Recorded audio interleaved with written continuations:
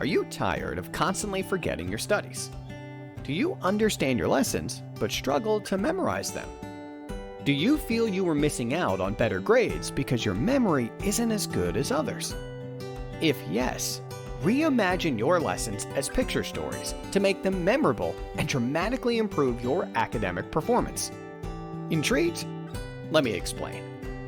I am your friend Homi, and I will guide you on this journey to unlocking your memory's true potential. Our brains have an incredible memory capacity. Yet, when we study, we only use a weaker memory of our brain, our verbal memory, that remembers information as words. We never learn to use more powerful memories we possess. Our visual memory that remembers pictures, our associative memory that remembers associations, and our spatial memory that remembers maps, our vast memories. You could easily double your memory power if you began using your vast memories. Don't believe me? Then take this memory challenge and see for yourself. First, let's test your verbal memory. I will give you a list of 8 cat breeds and their temperaments. Let's see how many you can remember. Here we go. American Bobtail, intelligent. Somali, playful. Sphinx, affectionate. Himalayan, sweet-natured. Oriental Shorthair, talkative. Egyptian Mau, loyal. Norwegian Forest Cat, independent. Singapora, curious. Okay, now pause this video and write down all that you can recall. How many did you get? If you were like the average person, you may have been able to remember 2 to 4 breeds and temperaments, not necessarily in the correct order. So, that was your verbal memory. Now, let's test your vast memories. I'll give you another list of cat breeds, but this time, I will also narrate a story and show you some pictures. Here we go. Imagine that a murder has taken place in a house where several guests were invited for dinner. 2 detectives have arrived to investigate the murder. Let's follow the detectives and their investigation through the house. First, we enter the house's party room where the murder took place. This is where our victim, a Frenchman named Chartreux, was found on the ground wearing a red French beret. As you know, the dead tell no tales. They lie quiet. Chartreux lay here. Quiet. Leading the investigation is the famed detective Sherlock Holmes himself, who comes from a Scottish lineage. He always keeps a folded handkerchief in his jacket pocket, which is why some call him the Scottish Fold. The Scottish Fold is sure beyond doubt that he will catch the murderer, and that's why he seems so easygoing today.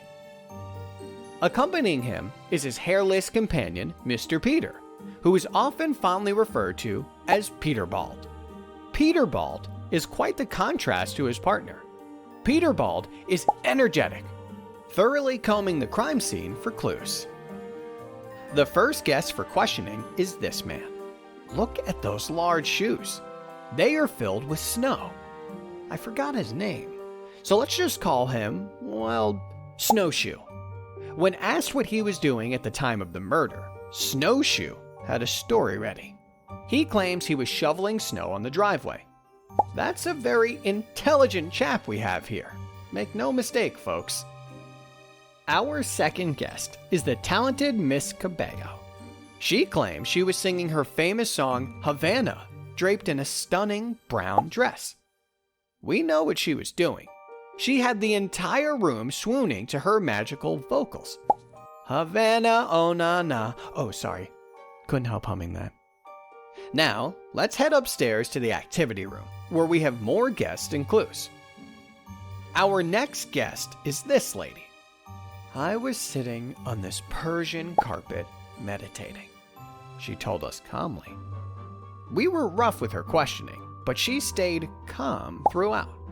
All that meditation seems to have done wonders. What we have next is not a guest, but what has got us wondering is, who brought it here?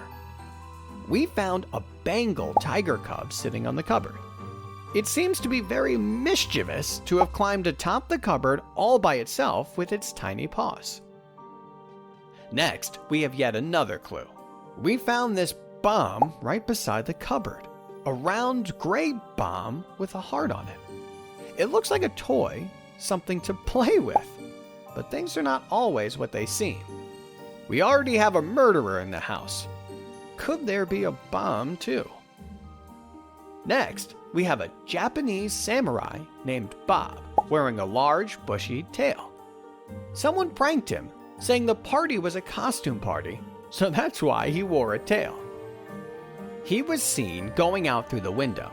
When asked, he replied in broken English, "I was just outgoing." Next, let's visit the swimming pool.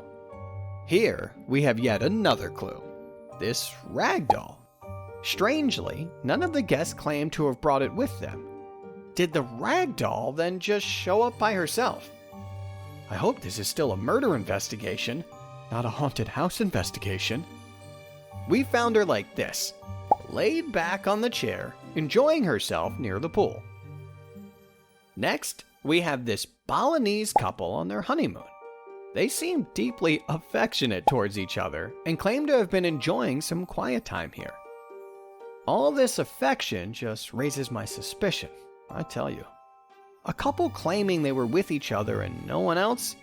It's just a weak alibi story, is what I think it is. The last guest we have is Donkey from Shrek. He told us that while people think he speaks English, he actually speaks the language of donkeys, Donkanese. Then he burst out laughing, saying he just wanted to break the ice with a joke. A friendly and sociable donkey indeed. Well, that's it. Those are our suspects and clues. Now, we must be able to recall them all to solve this case. Now, pause this video again and note down how many breeds and temperaments you can recall this time. Did you see the difference? Also, this time, I made the test tougher. Instead of 8 breeds, I gave you 12. The average person may have been able to recall 8 to all 12 breeds and their temperaments, and mostly in the correct order. Surprised? That's the power of engaging your vast memories. Now that you have mastered the list, I'm going to challenge you once more. Try to recall the list tomorrow, and then again in a few days. You'll be surprised by how much you have retained.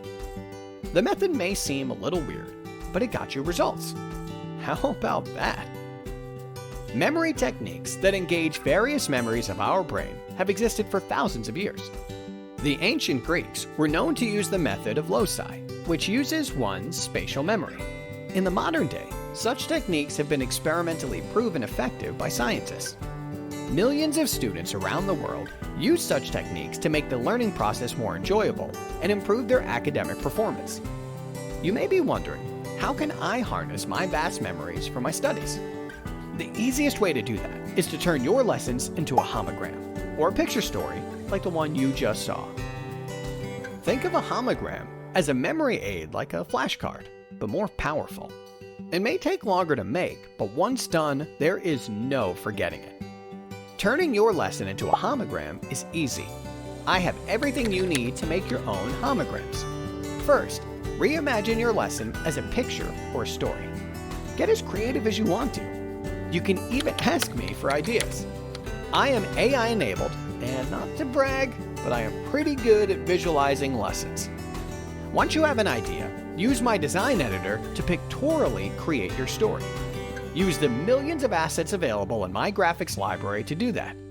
Add your lesson points to this picture. After that, practice with the homogram to reinforce it in your memory and see your grades take off. Sign up for a free account at www.homi.school and start improving your grades today. Harnessing your vast memories could have a profound impact on your academic career. Why not give it a try and see for yourself?